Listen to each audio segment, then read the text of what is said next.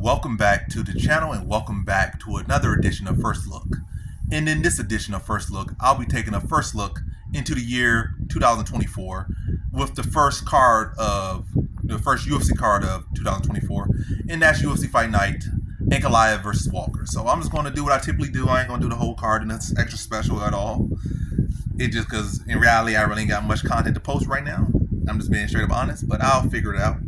For the time being, we got like 2-3 weeks off, but I'll figure it out. But it'll be every day posting something like the old days, like the old days, like 2017, 2018, or just try to post a couple things throughout the week to stay active. But here's something.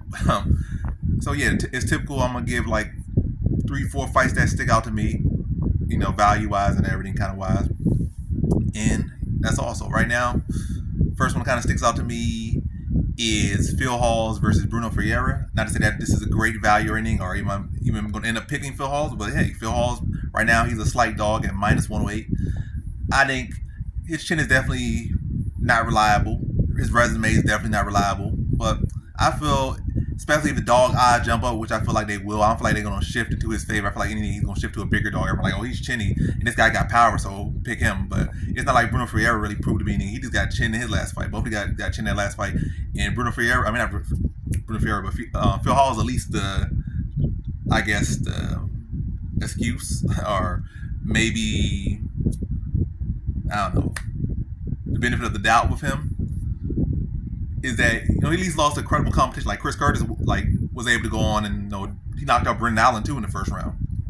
And Chris Curtis was like at one point a top 10, top 15 middleweight, so not the worst loss. He lost to got knocked out by, I'm getting a dude name right now. It's not in my office, a dude name, but lost to another guy who's on the rise in the weight class. He really ain't been just getting knocked out everybody. And Delize was on his little bit of a rise at one point. And so it's not like he had just lost to anyone.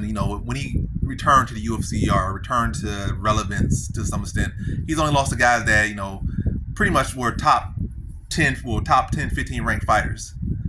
But you could quote me around, you can fact check me on that. But for the most part, at least two of those guys that he lost to are without a doubt either ranked or soon to be ranked or still climbing the rankings and will rank very high. So yeah, so he ain't just losing. And I think he will have the height advantage. He'll have the reach advantage. And I think, to be honest, he is the more technical striker between them. But again, it's his chin. I feel like his wrestling is better. I feel like he can keep the fight on the feet. And I feel like he's the better striker. So I feel he could definitely knock him out. I think the smart play probably here would be in the distance or KO or unders. That's probably going to cash regardless. But you wouldn't try to get some extra plus money on that, then probably Phil Hawes in the distance. But that's probably a riskier bet because, again, his chin isn't reliable. But I do feel he's the better fighter here. And I feel you could get decent value on him. And I think the value is going to only get better because I don't feel like people are going to steer away from him. But hey, maybe this video is going to shift the narrative. And people are like, wait, he did lose to better competition. He did beat better competition. But we shall see. But yeah, I'm liking Phil Hawes right now at -108. And I think the odds will prevail. So maybe the odds will get worse. And then I'm just not going to bet it at all. Or maybe stays the same. And I just decide not picking Phil Hawes, not picking him, but just pick the unders. That's probably, again, the smartest thing to do, or KO props. But yeah, so right now Phil Hawes -108. Second one, Mano Cop is at like -205. His rematch with Matheus Nicolau. Not phenomenal odds at all, but I think the KO prop can definitely make that better. And I don't feel bad at all. I feel pretty confident to put money on him at -205. Hopefully those don't shift, but this probably will be a odds that will shift. I guess for the worst of the value, you're probably going to shift to like a -310, 320, maybe -350, maybe even 400, might even swell to -500. Probably peak at -500. But I think right now at -205, I think that's a great value for him. I think he arguably won the first fight. I wouldn't argue that he won the first fight. I would feel like it was a close enough fight. It was far from a robbery, but I feel like everything's moving in his way right now. I feel like he's the better overall fighter, and I feel like he can fix up the things that he didn't do in the first fight, where I feel like Matheus Nicolau is going to mostly come in the same and is trying to do what he did last fight, but better. And I feel like Mount Cobb will be more than prepared to deal with that. And also the fact that Matheus Nicolau is coming off of getting dropped and knocked out. So I think all those things are going to just give Mount Cobb more confidence and to replicate that in a way. Maybe not the same exact fashion, but in the sense that he's going to turn his lights out probably in the first round or first 2 rounds, or within the first 2 rounds over Mateusz Nicolau. Nicolau is definitely not to be slept on. Definitely not to say, oh, this is a lock value to throw $1 million on this one play. I would not recommend that. But hey, maybe 1,000, maybe 500, maybe 2,000. Who knows? However your pockets lined up. But I definitely, when I say even you got the money for, I would not say this is $1 million pick. Like, I would not say that. But I do like him a lot at -205, and hopefully it sticks around that value. But we shall see. So Manel Kape, great value at -205. Next one, Jim Miller, I think +110 going there with Gabriel Benitez. Again, these aren't really my picks, except maybe Manel Kape. These, like Jim Miller and Phil Hall, is not necessarily, I don't know if I'm going to actually pick them. I'm most likely going to pick them, but I don't know. Give it like 2 weeks now, 2-3 weeks when this fight's actually supposed to happen, and my opinion might change on those two. But Manel Kape, I'm sticking with him. But the other two, like, these are picks that definitely could shift. But Jim Miller at +110. I like him a lot going with Gabriel Benitez. Benitez, I feel he reached his peak. I don't feel like he's going very much further. And Jim Miller, even despite his age, I still feel he's a much more well-rounded fighter. And he's been able to beat, I guess, fighters a little bit lower or a good bit lower than Benitez. But I feel like Benitez ain't like that premier fighter, that's going to for sure beat Miller. And I feel like Miller's experience can help him a lot. I feel like he's striking relatively the same, and he got a clear grappling advantage over Benitez. So, yeah, I feel like that's a fight where Jim Miller might not be who he used to be, but I feel like he still has enough in his tank to beat Benitez. So, him as a dog, I think, is great value. So, that's simple as that. He still got enough in his tank to beat a guy to the level of Benitez. And Benitez really only presents the striking threat, and I feel like Jim Miller could deal with that. I can see Benitez has some like notable or credible offensive grappling that can make the fight a little bit more interesting or a little bit more dangerous for him, or more notable takedown defense, but he doesn't. It just really comes down to, can Benitez put the sting on him and get him out of there, or will Jim Miller be to put the sting on him, or maybe be able to get some takedowns and submit him? Jim Miller got more past the victory, and I think he's still the better fighter even this late into his career than Benitez. So that's the third one. Fourth one and final one for this video will be Farid Basharat versus what's his name? Taylor Lopoulos. And I think Basharat is currently at like -175, and I think that's a good value, great value even.